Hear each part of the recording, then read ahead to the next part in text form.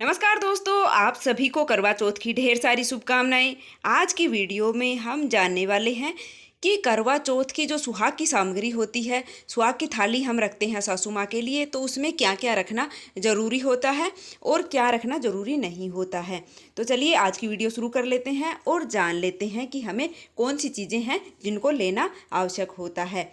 तो सबसे पहले तो हमें, अगर आपकी सासू माँ साड़ी पहनती हैं, ओढ़नी पहनती हैं या फिर सूट जो भी पहनती हैं, तो वह आपको लेना है। तो मैंने यहाँ पर साड़ी ली है, तो साड़ी के साथ आप पेटीकोट ब्लाउज है वो भी आपको लेना चाहिए है। अगर पेटीकोट नहीं भी आप लेते हैं तो आपको ब्लाउज है वो अवश्य ही लेना चाहिए। बिना ब्लाउज की साड़ी आपको अपनी सास को या किसी को भी आप दे रहे हैं, सुहाग की थाली में रख रहे हैं, तो आपको ऐसे नहीं देना चाहिए। और दूसरी चीज़ आती है कि बिंदी का पत्ता। सुहाग की जो चीज़ें होती हैं उनमें कुछ चीज़ें हैं वो अवश्य हमें रखनी चाहिए। तो बिंदी का पत्ता मैंने यहाँ पर रख दिया है।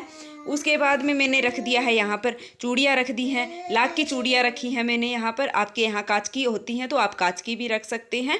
कोई भी चूड़ियाँ हैं वो आपको अवश्य रूप से ही इनमें रखनी होती हैं। उसके बाद में मैंने यहाँ पर कांच कंगा है वो रख दिया है, शीशा रख दिया है, और रबड़ बैंड है वो रख दिया है, लिपस्टिक रख दी है और सिंदूर रख दी है। क्योंकि सिंदूर सुहाग की जो निशानी होती है वह सिंदूर ही होती है, तो सिंदूर हमें अवश्य रूप से ही देना चाहिए। मेहंदी मैंने यहाँ पर रख दी है, काजल रख दिया है, और नेल पेंट है वो मैंने यहाँ पर रख दी है। और साथ में ही कुछ दक्षिणा है वो आपको अवश्य रूप से ही रखनी चाहिए। तो यह जो सुहाग की सामग्री है इनमें से यह चीज़ें होती हैं जो आपको अवश्य रूप से ही रखनी चाहिए। इनके साथ ही हम बिछुए वगैरह हैं वह भी आप रख सकती हैं। ये जो चांदी की आती हैं ये रख सकते हैं, या फिर आजकल आर्टिफिशियल आती हैं वह भी आप रख सकते हैं। इसके अलावा भी अगर आपकी सामर्थ्यता है तो आप सोने या फिर चांदी के कोई भी ज्वेलरी है वो दे सकते हैं। जैसे नाक का है, पायल है, ये चीज़ें हैं वो आप अपनी सास को दे सकते हैं। उसके बाद में हमें मीठा करवा होता है वह लेना होता है, जो भी हम सास को देते हैं। किसी किसी के यहाँ मिट्टी का भी होता है, उसमें दक्षिणा हमें अवश्य रूप से रखनी चाहिए। और इसमें किसी के यहाँ ड्राई फ्रूट भरे जाते हैं, किसी के यहाँ खील बतासे भरे जाते हैं। तो आप अपनी क्षेत्र की मान्यता के अनुसार जो भी यहाँ भरे जाते हैं वह आपको भर लेने चाहिए। और मिट्टी का अगर होता है तो मिट्टी के में भी ड्राई फ्रूट वगैरह हैं जो आपके यहाँ भरे जाते हैं। तो यह चीज़ें होती हैं जो हमें सास को बायना जिसको बोलते हैं, या फिर सुहाग की सामग्री जो पूजा के समय हमें रखनी होती है और उसके बाद में हम देते हैं। तो मैं यहाँ पर बतासे रख रही हूँ, आप मिठाई वगैरह भी रख सकते हैं। तो आप जिस समय देते हैं, शाम के चांद निकलने के बाद, अर्घ लगाने के बाद यह सामान है वो दिया जाता है।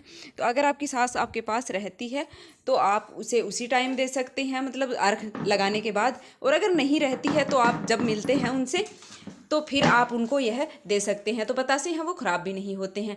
तो इस तरह से आपको यह सामान है वो थाली में रखना होता है। तो यह पूरा सामान है वो एक थाली में रख करके, और आपको जब पूजा करते हैं, कथा वगैरह सुनते हैं, तो उस समय आपको उस साथ में रखना होता है। और उसके बाद इस सामान को है वो मिनसना होता है। मिनस करके है ये सुहाग का सामान है वो सास को दिया जाता है। तो मिनसने के लिए आपको क्या करना है कि आपने जो भी ओढ़नी वगैरह साड़ी वगैरह पहनी है तो उसका पल्लू इस तरह से लेकर के और उस पर थोड़ा सा जल डाल करके 2 बार घुमाना है, और फिर धोक वगैरह लगा करके, और आपको अपनी सास को चांद निकलने के बाद, अर्घ लगाने के बाद यह देना होता है। तो इसमें आप सामग्री है वो कम और ज़्यादा भी अपने हिसाब से कर सकते हैं। पहली करवा चौथ में यह देना आवश्यक होता है। उसके बाद में आप कुछ पैसे देकर भी आशीर्वाद है वो ले सकते हैं। करवा चौथ की पूजन सामग्री, पूजा विधि और बाकी जानकारी है उसकी वीडियो भी चैनल पर आ गई है, तो आप उनको भी विजिट करके देख सकते हैं। मिलते हैं फिर से एक और वीडियो के साथ।